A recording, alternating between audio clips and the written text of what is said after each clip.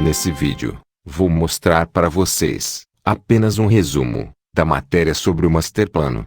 O plano para destruir a igreja, que foram extraídos do folheto Masterplan, do Dr. Jerônimo Domingues, e publicado pela editora Miriam.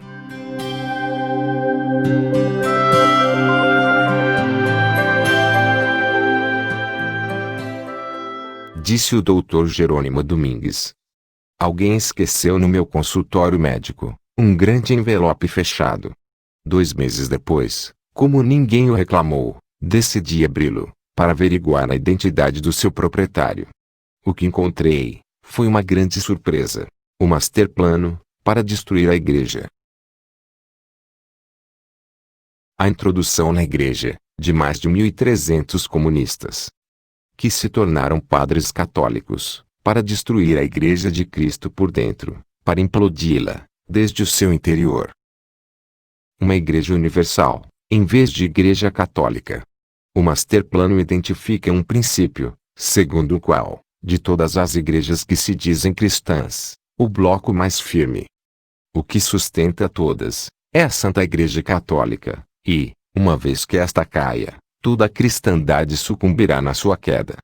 Deve-se substituir católica por universal. Existiria em todo o mundo, assim, a Igreja Universal.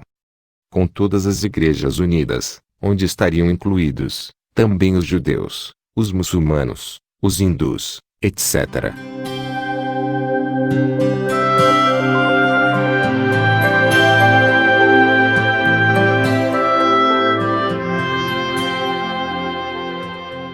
O amor ao próximo. Sem amor a Deus. A essência do Masterplano é incrivelmente simples. Consiste em implantar o amor e adoração ao homem, e deixar o amor e adoração a Deus. O Masterplano raciocina assim: uma vez que tenha desaparecido o amor a Deus, os homens não se podem amar, mas se odiarão. Assim, é que a meta consiste em modificar o primeiro mandamento da lei de Deus, que diz: amar ao próximo como a ti mesmo. Deixando a primeira parte, que diz: amar a Deus sobre todas as coisas, com todo o seu coração e com toda a sua alma, e com toda a tua mente. O plano é muito atraente, porque se faz tudo em nome de uma grande causa: do amor ao próximo.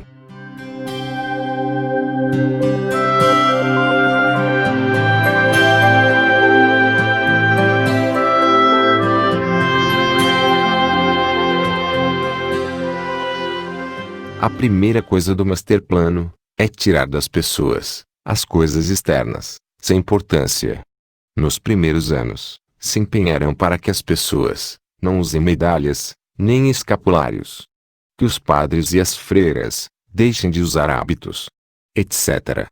Todas estas coisas externas parecem sem importância, diz o Masterplano, mas são testemunhos de vidas que constantemente mantém no ambiente de Deus, de Cristo e da Virgem. E isso é a primeira coisa que deve sair. O Masterplano planejou bem, e se sente orgulhoso de haver usado nada menos que o Concílio Vaticano II para levá-lo a cabo. O plano era começar a afirmar que os hábitos são coisas secundárias. Em segundo lugar, divulgar a ideia de que em trajes seculares os sacerdotes e freiras podem se introduzir e infiltrar em ambientes que, com o hábito, havia uma barreira que separava os irmãos protestantes dos católicos. Outro objetivo do Masterplano é conseguir que os padres se casem.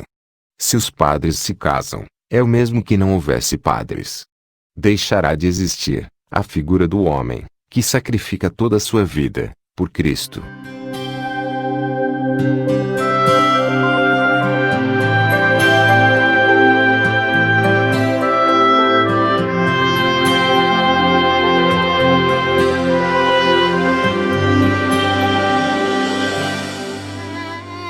O plano contra os hábitos é também tirar as freiras dos seus claustros. A ideia é a mesma. Insinuar que os irmãos de rua necessitam delas, que uma carmelita pode fazer muito bem, curando enfermos e lecionando, etc. Realmente, como podem ver, o plano parece estupendo, cativa, o mais inteligente. Quem não vai se comover, diante de uma chamada urgente, de amor ao próximo, de atender ao que sofre, ao que chora, ao que precisa? Se é mesmo Cristo aquele que sofre, que chora, quando sofre, e chora o irmão. O Masterplano está tendo grande êxito nisto. Muitas clausuras já não são clausuras. Estes monolitos de amor a Deus estão deixando de existir. Papa Francisco continua implacável. Agora, foi a vez das Pequenas Irmãs de Maria, Mãe do Redentor, uma congregação religiosa nascida na França, que, atualmente, tem cerca de 120 religiosas, das quais 5 decidiram obedecer às exigências de Roma. As outras 115, divididas em 3 comunidades, serão dispensadas dos votos religiosos e tornar-se-ão leigas, devendo deixar as suas casas e a atividade de assistência aos idosos, que era característica desta congregação. O Masterplano considera isto importantíssimo, porque estas coisas que parecem sem importância são as que têm um ambiente de Deus, de Cristo e da Virgem. E a eles tem-se que destronar do ambiente. A respeito do escapulário e das medalhas é fácil, diz o Masterplano. Tem-se que insistir que são coisas de beatos, coisas externas, coisas sem importância, mas que ofendem as ideias dos irmãos protestantes. Portanto, será melhor deixá-los, não usá-los, e assim os protestantes se aproximarão da igreja mais facilmente. Medalhas, rosários, escapulários, não são aconselháveis, mas uma estátua de Lutero é introduzida no Vaticano pelo Papa Francisco. A Santa Missa tinha que ser objeto do Masterplano. Não se trata de desprezá-la de uma vez, porque isto seria impossível. Mas tem um plano de ataque especialíssimo.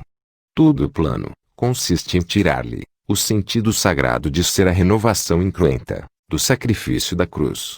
E ficaria reduzida a nada mais que um banquete de confraternização. Que o padre olhe o povo. Isto se aceitará facilmente, diz o Masterplano. Não pode ser que o sacerdote dê as costas aos fiéis. Com isto tão simples, o Masterplano pretende conseguir coisas importantes. A primeira é que Deus não seja o centro da missa, mas os homens. A missa sem genuflexão. Que cada sacerdote use a expressão que melhor lhe saia, e os movimentos que mais lhe agradem, contanto que não faça genuflexões na consagração.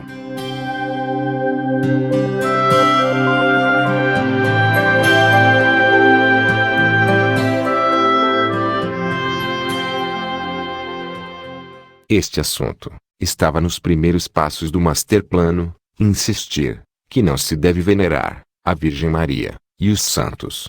O Masterplano é muito sutil nisto.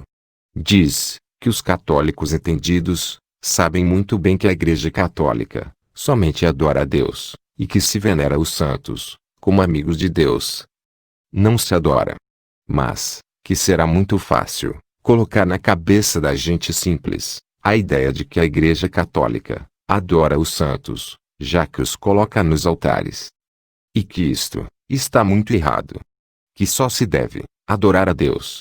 A respeito dos santos, o Masterplano já tem obtido êxito em muitos lugares. Na maior parte das igrejas da Espanha, já não há santos nos altares. Em cada lugar, dão um motivo diferente. Mas o fato é que os santos desapareceram de muitas igrejas. Quanto à Virgem Santíssima, está sendo uma dificuldade para o Masterplano. Tinha 1000 argumentos para destroná-la no concílio ecumênico. Mas as coisas lhe saíram erradas. Tinha as explicações para aproximar-se mais dos irmãos protestantes. Não insistir na grandeza da Virgem. Não insistir em que é Mãe de Deus. Basta adorar a Cristo, o restante não é necessário.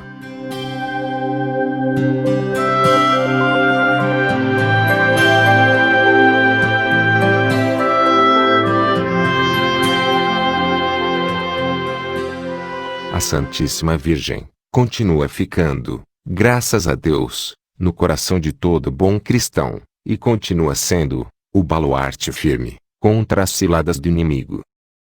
Nossa Senhora de La Salette, aparição na França, reconhecida e aprovada pela Igreja em 1851.